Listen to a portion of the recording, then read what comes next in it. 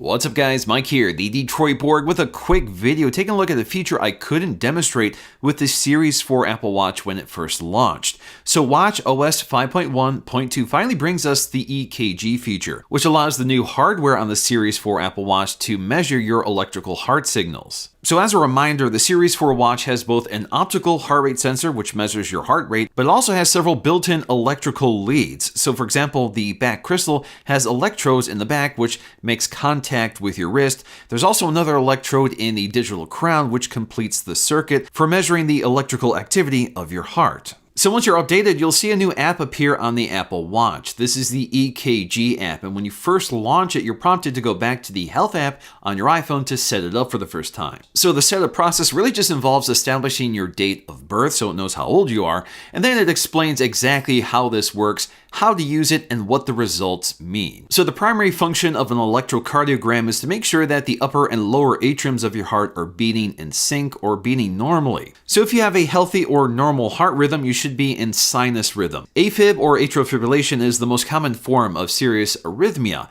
Now, if it detects this, you definitely want to get it checked out. If your heart rate is below 50 beats per minute or above 120 beats per minute, the app cannot detect AFib accurately. And if you get inconclusive, it just means it wasn't able to measure your heart rate accurately, or there's something else going on that it can't classify. Now, if you get this, it probably just means your Apple Watch is too loose, or you're moving around and not resting your arms on the table as instructed. Now, if you plan to use the ECG often, what you might want to do is add the complication to your watch face. So that's a nice quick shortcut of getting right to the app. So to measure your ECG, just make sure your Apple Watch is nice and snug against your skin. And then all you have to do is activate the app and press your finger, the opposite finger, against the digital crown. This completes the circuit across your body so it can measure your electrical activity. And as I learned straight away, you have to be sitting down with your arms laying flat on the table. So you cannot be moving at all in order for this to work. And if you don't follow these instructions precisely, you're going to get inconclusive results over and over again. So it takes about 30 seconds to record your ECG, and you can see a live readout of your ECG on the screen. To me, that's pretty amazing. In fact, you can go right to your ECG printout and save this and share it with your doctor. Another thing you can do with your ECG readings is specify any symptoms you might have. So for example, if you have any fluttering,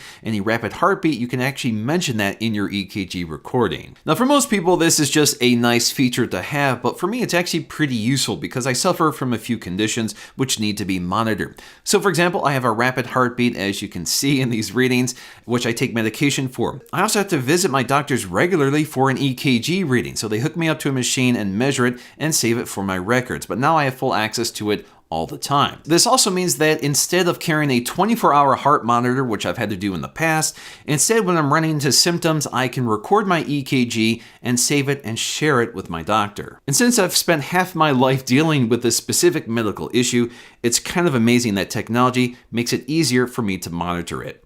Alright guys, hope you enjoyed this look at the ECG feature on the Series 4 Apple Watch. I'm pretty excited that we finally have it. If you guys enjoyed this video, please give it a like to let me know, and I'll see you again in my next video.